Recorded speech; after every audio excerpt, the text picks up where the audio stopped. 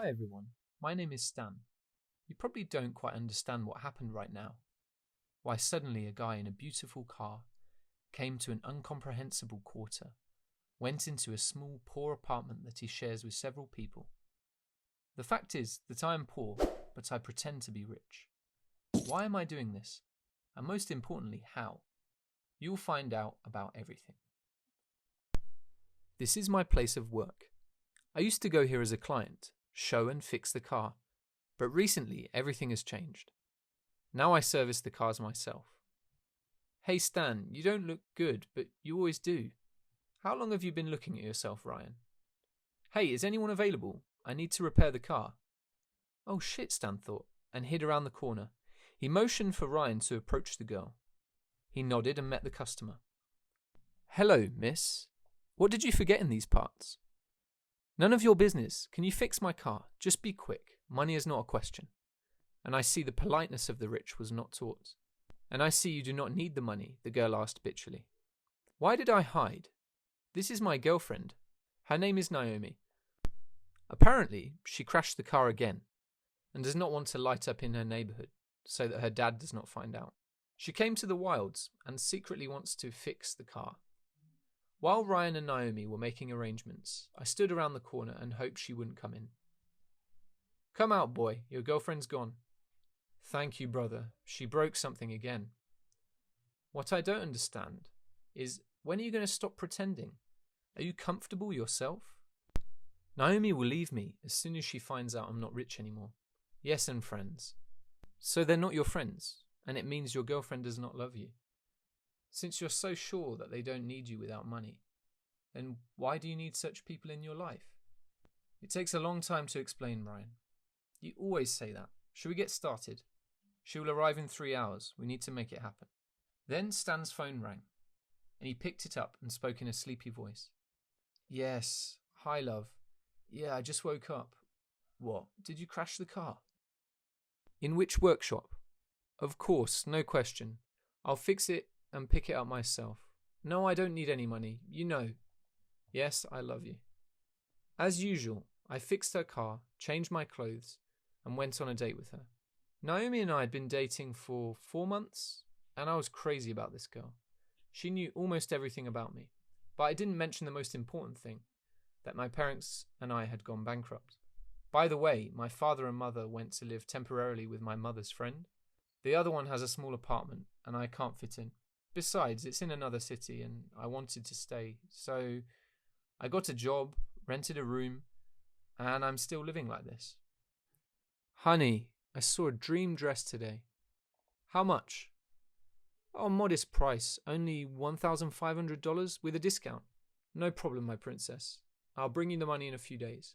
Just recently, I was able to afford such purchases, but my parents, as I said, abruptly went bankrupt, so I was forced to earn my own money.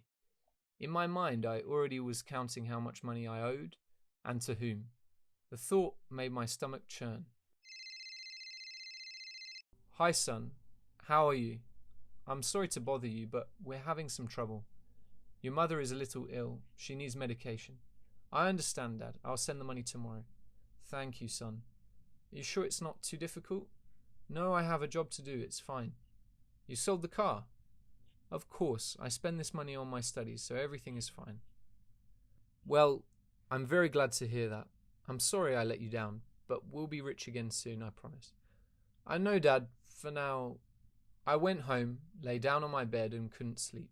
I've wanted to sell my car more than once, but that would mean it's all definitely over. And I didn't want to believe that we weren't rich anymore. I would have lost all the people close to me at once, and I couldn't let that happen. The next day, as always, I took the advance at work. Ryan somehow gave it to me. I sent the money to the family and Naomi, as promised. You're playing with fire, kid, Ryan was saying. I know, I said. And while Ryan waited patiently for me to work the money off, the other people I borrowed from earlier didn't. Hey Stan, when are you getting your money back? Nick asked me when he saw me sitting in the restaurant with Naomi. Hi, friend, can we go outside and talk? I'll give you everything, really, but I just need a little time, please. I look at my girlfriend. You find money, right? No money? Give up your car for your debts. What? No, please, I'll give you everything, just a little later. Don't tell me you weren't warned. Nick was an old friend of mine, and as soon as my family collapsed, I borrowed a good amount of money from him. I didn't tell him why. It's been a few months since then, and I still can't get the money back. Nick's patience snapped. He took my car that night, and I couldn't stop him. The next day, Naomi arrived again with a crumpled bumper. Ryan met her whilst I was hiding, but I was angry. She called me, and I promised to sort it out. As soon as she left, I started destroying everything around me. I didn't know what to do. I sat down on the ground in my work uniform and just hung there. Stan, what are you doing there? You said you were home, Naomi said. Naomi, hi. And I thought you left.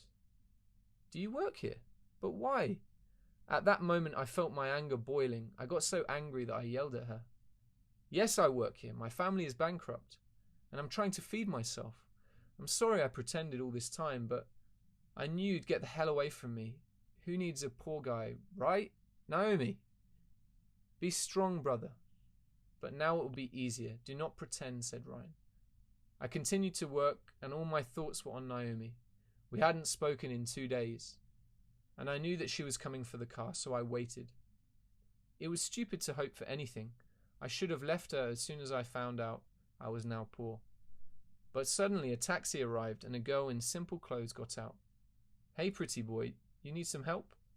What? Naomi, but did you really think I was with you for the money? I have some, too, but you told me not to buy anything for myself. You told me not to, so I turned to you. But I'll prove that I really love you. And that I know something about cars, too. Naomi supported me, and I also realized I was creating a lot of problems for myself. By the way, she pulled out my car, and I sold it, and paid off my debts. The rest of the money I will now definitely spend on my studies. Also, Ryan suggested a case that I think might help us get back on our feet. We'll do it slowly. The main thing is not to refuse the help of your loved ones. So tell me guys, did you like my story? Write your opinion about it in the comments below. Do not forget to put some likes, share the video with your friends, and please subscribe to the channel. Hello, everyone. My name is Jeff, and I'm the son of the richest man in the world. Now, you'll start guessing, perhaps Googling who my father is, but I'll tell you right away that this is not about him, but about me. And I'm not going to brag about my life, much less tell you how my father earns, because I want to tell you about one important experiment that changed my life completely. Well, about everything in order, and while you watch, listen, don't forget to put likes and write comments and subscribe to our channel. A lot of guys are jealous of my life because it has everything you need. I'm not talking about material goods, a big luxury house. I have 2 rooms, a dressing room, my own shower, personal maid, a couple of cars. I never complained about my life, although you'll be surprised, but there's a great deal of pretense in it, from which I have suffered not a little. Here, for example, is my environment. Thousands of messages about dating come to my mail and personal messages a day. There are both personal and fake accounts. I often write about how I just went on a date with someone, just invited this or that girl. I love girls, but I knew perfectly well that they didn't want me, but my money, or rather, not even mine, but my father's. That's about the same thing happens with friends. For many years, I've been constantly surrounded by someone these people call me brother, friend, and then immediately ready to stab me in the back when I have no money left. I don't tolerate betrayal, especially because of the money. Well, I had a friend named Harry. At first, it seemed to me that I would communicate with my own kind, that is, rich children. I would definitely be sure of them because they themselves have money, which means that they are genuinely interested in me. So Harry and I have been in contact for many years, probably as long as I can remember. Among hundreds of friends, acquaintances, I chose him, resorted to the first call when I needed help. I was ready to share cars. I called. I came to solve his show offs, and he had quite a few of them. And at the moment, when I was at a turning point, I was in an accident and couldn't walk for a while. I found out that he was dating my girlfriend. She, by the way, was also not from the poor. It was such a blow to me. I found out about it by accident. They just lit up in a photo at one of the parties of our mutual friends. I had no trouble seeing them in the background. My world collapsed at that moment. My mother and father were very worried. They were afraid that this would affect my health and therefore didn't leave me for a single step. I was really upset and I didn't even want to live anymore. But then I decided to act differently. On the contrary, get on your feet quickly to prove to everyone that I'm a tough nut to crack. I had months to recover, and I was successfully recovered. Going back to school was also painful, but I didn't give up. Harry initially avoided me with my ex girlfriend, but I decided to talk to them anyway. They were silent for a long time, didn't know what to say, and then I finally confessed. I wanted to forgive them, but I couldn't. I wanted to hurt them. I slapped my best friend in the face a couple of times and left. I was upset my father decided to send me to Europe for a while so I could forget myself. That's when my new life began. I'd never gone anywhere alone before. This time my father insisted. He said that I should learn to be independent, especially so as to help me to have a good distraction. Upon arrival, I was in trouble. I lost my luggage, and then my phone was stolen along with my bag. Then I was left alone. Was I scared? I almost lost my mind. I was about to go to the police when a girl came up to me. I was sitting right on the ground and I didn't know what to do. She gave Hmm. me alms. Hey, I'm bored with your handouts. I'm not a bum. I called after her, and she looked at me and said she wasn't blind, but she could see that I needed a couple of dollars for food or travel. She was right. I took the money and ran to her, promising to return it to her, and she smiled and agreed. I went to the market and bought some food. Went to the bathroom, washed up, and had a snack outside. I didn't know where the site was, and I didn't understand the foreign language very well. I walked away completely lost. In the evening, I was hungry again and went to a cafe. I started talking to the security guard, explaining that I wanted to eat, but my things were stolen. I said I could pay with an expensive watch, but he kicked me out. The waitress came over. Hey, it's you, I told her. Excuse me, Monsignor. This is my cousin. He's just arrived. He's not right in the head. I'll keep an eye on him, she told him and led me inside. I resented her calling me that. I'm Sarah, she said, and held out her hand, which I shook uncertainly. She sat me down at an empty table and later brought me hot food and coffee. I ate heartily and thanked her, and then handed her the watch, explaining that there was nothing else to pay for it. But she didn't take it, and she could earn it herself. We sat down, and I told her how I got there, and she suddenly offered help. You can stay with me for a while. I can get you a job here in the cafe. We need a dishwasher. You can save up the money for a ticket back, she said. I didn't like the idea because I'd never washed the dishes. I asked her to borrow money for me to leave and vowed to return it. Oh no, my friend, you have to earn it yourself.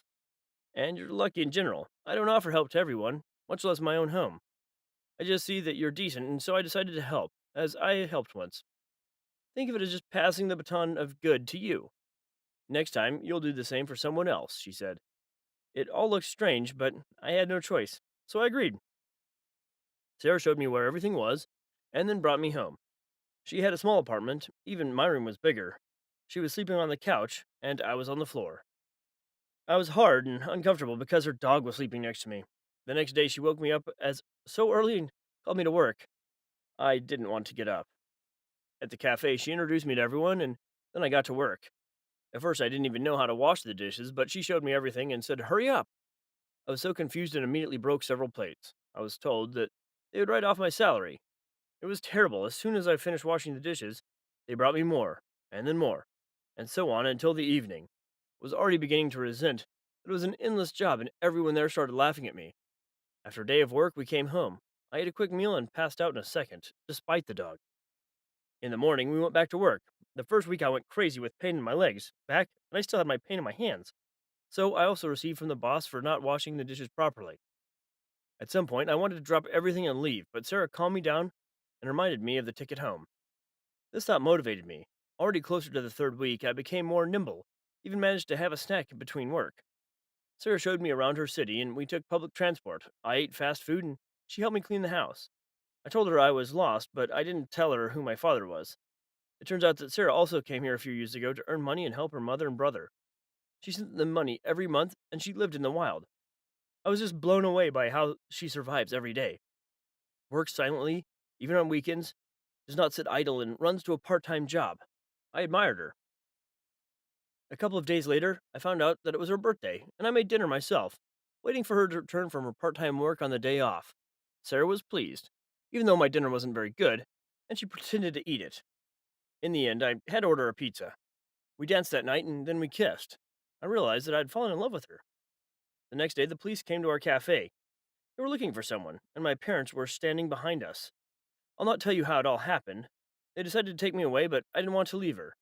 Sarah found out about me and refused to go. She felt that she did not correspond to the status of my family. and then I stayed with her. My parents didn't mind, and they saw changes in me for the better, and I finally found a real person.